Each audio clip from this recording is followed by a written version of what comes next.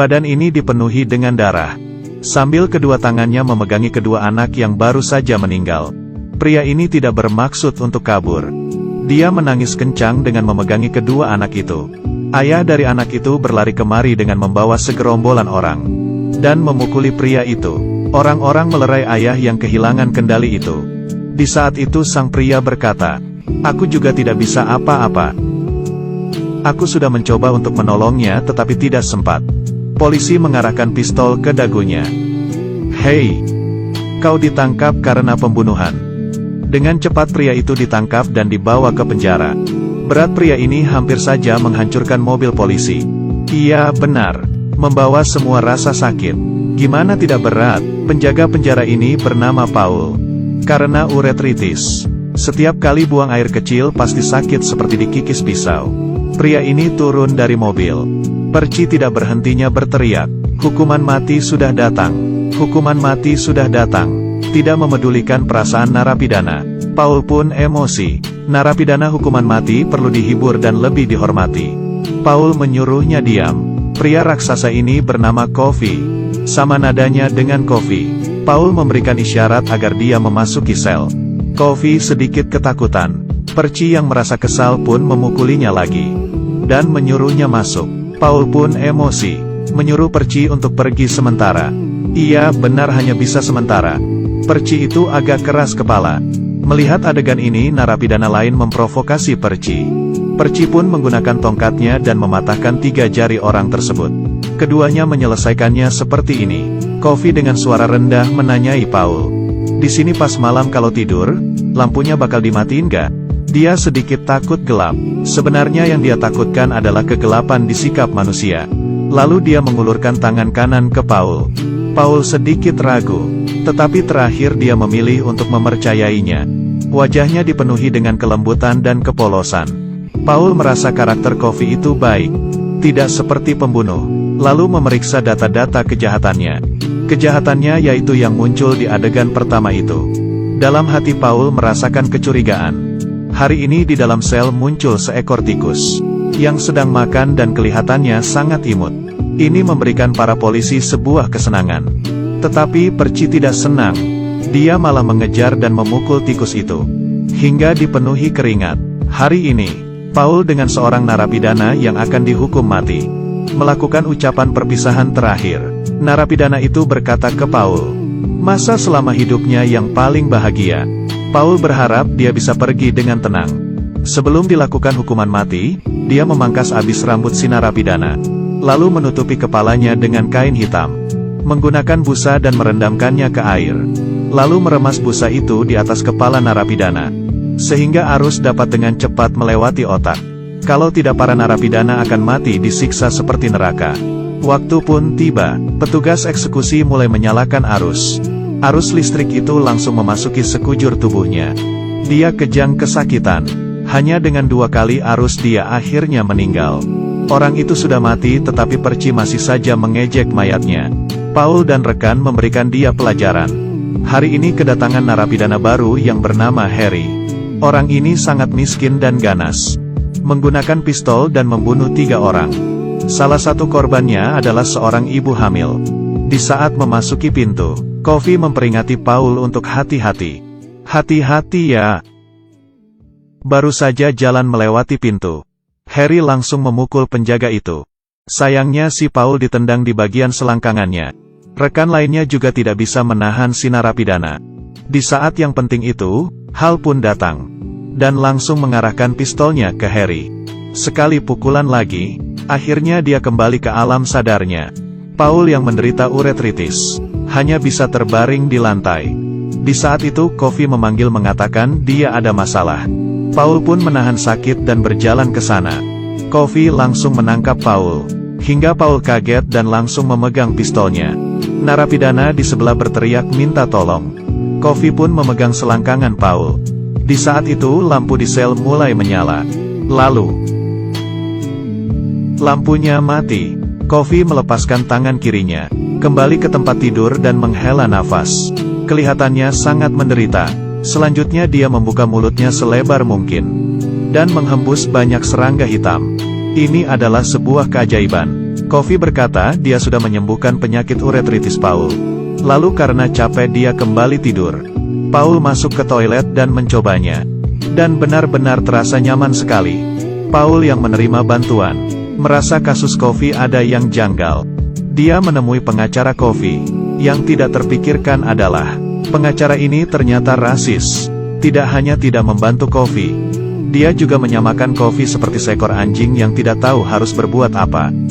Karena anjing sudah gigit melukai mata kanan anaknya. Dan terakhir dia bahkan mengingatkan Paul untuk hati-hati terhadap Kofi. Tanpa ada hasil Paul pun kembali ke penjara. Dia membawakan Kofi sebuah jagung untuk tanda terima kasih. Kofi yang berbaik hati membagikannya ke para narapidana. Dan juga tikus. Harry di sebelahnya merasa tidak bahagia. Tiba-tiba memuntahkan liurnya ke muka Paul. Dan menyiramkan air kencingnya ke penjaga satunya lagi. Dan kopi yang sudah ditahan lama di dalam mulut muncrat ke muka sang penjaga. Para penjaga pun kedua kalinya membawa dia masuk ke dalam ruang kurungan. Hari ini setelah Perci menyiksa selesai narapidana, tiba-tiba ditangkap oleh narapidana lain. Sambil mengucap kata-kata yang menghina di telinganya. Lalu sambil memegang selangkangannya, untungnya Paul datang dan mengarahkan pistolnya. Si narapidana itu pun melepaskan Perci. Dia kencing di celana. Narapidana di sebelah pun tertawa. Lihatlah dirimu seperti beruang, menindas dan takut akan hal-hal yang sulit. Orang lain sekali menggerakkannya, langsung ketakutan seperti anak kecil yang kencing di celana. Perci pun lalu pergi. Paman narapidana ini sangat menyayangi tikus. Menganggapnya seperti anak. Paman narapidana itu meminta Paul untuk menjaga tikus itu. Ini adalah kelembutan terakhir si paman. Dan juga kepercayaannya. Tetapi tikus itu baru saja berlari melewati batas. Tidak. Paman itu langsung berteriak dan menangis. Ingin berlari keluar tetapi ditahan. Tikus itu sudah diinjak mati oleh Perci yang hatinya sangat busuk itu. Di saat itu, Kofi bersuara. Cepat berikan ke saya. Mungkin masih sempat. Paul dengan cepat memberikannya ke Kofi. Berharap ada suatu keajaiban. Kofi memegang tikus di kedua telapak tangannya. Ekor tikus itu pelan-pelan mulai bergerak. Saat itu tangan Kofi mulai memancarkan sinar. Muka penjaga terpapar cahaya terang. Setelah cahaya terang itu, tikus yang tadi mati menjadi hidup kembali. Kali ini batuknya Kofi semakin hebat. Dia mengangkat kepalanya lalu memuntahkan serangga hitam. Keajaiban ini terjadi untuk kedua kalinya. Paman narapidana itu bertemu tikus itu lagi sebelum dieksekusi. Dan Paul menangkap si Perci. Mengancamnya untuk pergi setelah eksekusinya selesai. Kalau tidak dia akan mati. Sangat tidak kebetulan, orang yang selanjutnya akan dieksekusi adalah si paman itu. Perci yang tidak tahu malu itu demi balas dendam ke si paman narapidana. Sengaja tidak merendam busa itu ke air. Paul terlambat menyadarinya. Setelah arus listrik itu dinyalakan, paman itu berteriak kesakitan. Di sisi lain narapidana ini sedang bersorak. Kofi pun juga merasakannya. Kesakitan yang dirasakan oleh paman. Sekujur badannya tidak berhenti berkedut. Yang disiksa itu dirinya sendiri. Tikus pun lari karena ketakutan. Yang di tempat merasa ketakutan. Terakhir paman itu mati karena terbakar hangus. Para penjaga marah dan memukul Perci. Tetapi selain ini mereka juga tidak bisa melakukan apa-apa. Memangnya orang jahat ini benar-benar tidak ada yang bisa mengatasinya. Hari ini Paul dan rekannya memutuskan hal yang penting. Membawa Kofi untuk mengobati istri atasannya yang menderita tumor. Agar rencananya tidak digagalkan. Mereka memasukkan obat tidur ke dalam minuman. Dan mengurung Perci ke dalam ruang kurungan. Lalu diam-diam membawa Kofi ke rumah Hal. Kali ini tidak memborgol tangan Kofi. Mereka seperti ini mempercayainya. Lalu datang ke rumah Hal. Hal mengira terjadi suatu keributan. Dia pun membawa pistol. Tapi tatapannya yang lembut dan tulus membuat Hal tidak bisa menahan diri. Kofi pun memasuki pintu depan. Wanita itu tidak bisa dikenali seperti kerasukan setan. Kofi berjalan ke sebelah kasur. Dengan lembut menyium kening wanita itu. Sang wanita membuka mulutnya. Dan muncul sebuah cahaya terang. Penyakit tumor itu dihisap keluar. Cahaya terang itu menerangi seluruh kamar. Hal melihat hingga bengong. Jam dinding pun retak. Keajaiban ketiga pun muncul. Kali ini Kofi 2 kali lebih parah sakitnya. Tetapi yang aneh adalah, Kali ini dia tidak memuntahkan serangga hitam. Sang wanita itu pun siuman. Kembali cantik seperti bidadari, sang wanita itu untuk memberikan tanda terima kasih. Dia memberikan kalungnya kepada Coffee, dan memakaikan kalung itu ke lehernya. Selanjutnya Paul dan rekan kerjanya membawa pulang Coffee yang kesakitan ke penjara. Perci yang dilepaskan pun hingga sekarang masih tidak mau bertobat. Saat itu Coffee menarik si Perci. Para penjaga datang untuk menghalanginya, tetapi tidak bisa melawan kekuatan si Coffee. Lalu memasukkan serangga hitam yang berjumlah sangat banyak ke mulut Perci. Perci pelan-pelan pun menjatuhkan tongkatnya. Pandangannya menjadi seperti orang linglung. Berjalan lalu berhenti di depan narapidana. Si narapidana pun berdiri dan mengucapkan kata-kata penghinaan lagi ke Perci. Dia mengeluarkan pistol.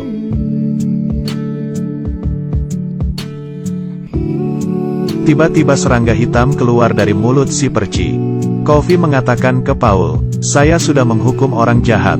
Kedua gadis itu dibunuh oleh narapidana ini. Narapidana itu menggunakan hubungan antara kedua kakak adik itu. "Kamu menyayangi adikmu tidak? Kalau kau bersuara aku akan langsung membunuhnya, mengerti?" Paul yang mengetahui kebenaran itu pun merasa putus asa. Coffee berkata, "Kamu sudah mengerti apa yang kurasakan kan? Aku setiap hari harus merasakan rasa sakit itu."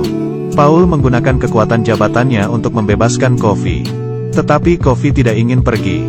"Aku sudah capek. Aku tidak ingin menjadi seekor burung yang terbang sendiri lagi." Iya benar, dia sudah terlalu capek.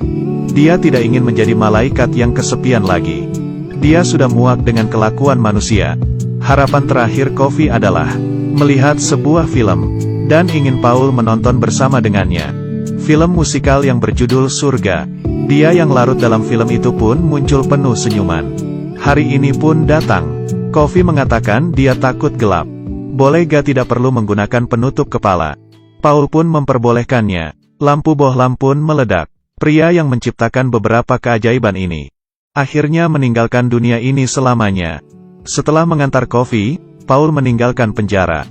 Setelah bertahun-tahun, Paul yang sudah tua membawa istrinya ke sebuah rumah pondok kayu.